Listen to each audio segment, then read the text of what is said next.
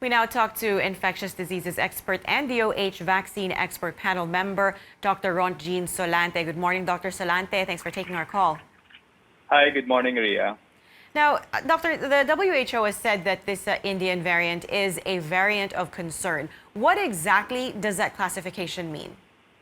Yeah, that classification means that there are already evidence that this virus is highly transmissible, and there are also few evidence that this virus can also affect efficacy of a vaccine or a particular treatment that targets the spike protein, like your monoclonal antibodies. All right, so we do understand that it is probably more transmissible or just as transmissible as the other new variants that have showed up here. But is there any indication that it could be more deadly?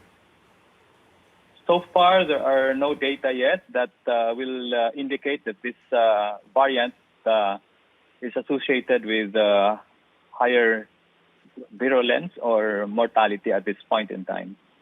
All right, but there is a possibility it might be able to evade the immunity brought about by vaccines. Yeah, the concern about this variant now is that if this continue to circulate and our vaccination will not be ramped up or delayed, then there's a possibility that eventually our vaccine will not be able to really be effective against these variants. But in fact, there are other countries now, like the U.S., they're looking at the possibility of giving booster to address also and target this variant. But as of now, the ability of this variant is not significant enough to affect the efficacy of our current available vaccine. All right, but for us here in the Philippines, do you think it was detected too late? Because the two individuals who tested positive for the new variant, they arrived like a month ago. Is it taking too long to process the samples? Yeah, I think so, because sequencing is another step in terms of determining if a variant is present or not. And, well, there's always that possibility, but looking at how the Department of Health, in their report, that upon arrival of these two carriers of this Indian variant, they were quarantined and they were tested.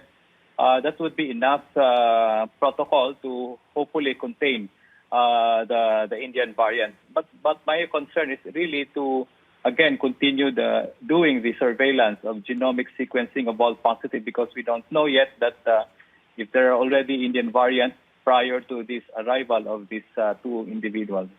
That's right. And as you said, this information is necessary to be able to determine what boosters we might need later on. But Dr. Solante, if ever this new variant spreads in the Philippines, how will it affect our healthcare system? Well, we already knew some of the countries who experienced surge of cases driven by this variant, like in some countries in Europe and especially now in India.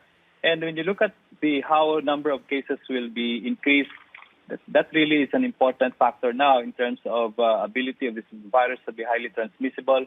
More cases and then more patients will develop severe COVID. And these are the type of patients that usually goes to the hospital because of the severity of the infection. And that's where the cases that we will be handling in the hospital are really an important factor when we look at variant-driven surge of cases. Well, thankfully, for now, at the moment, we are seeing a downward trend in the number of new cases, not just in NCR, but throughout the country. This being the case, are you in favor of further easing the restrictions?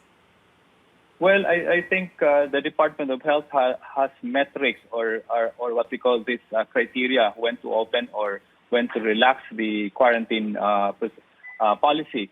But looking at this new variant now here in the Philippines, documented, probably that could be an important factor also for the IATF to consider whether we will extend the MECQ or we will transform into a more relaxed quarantine procedure.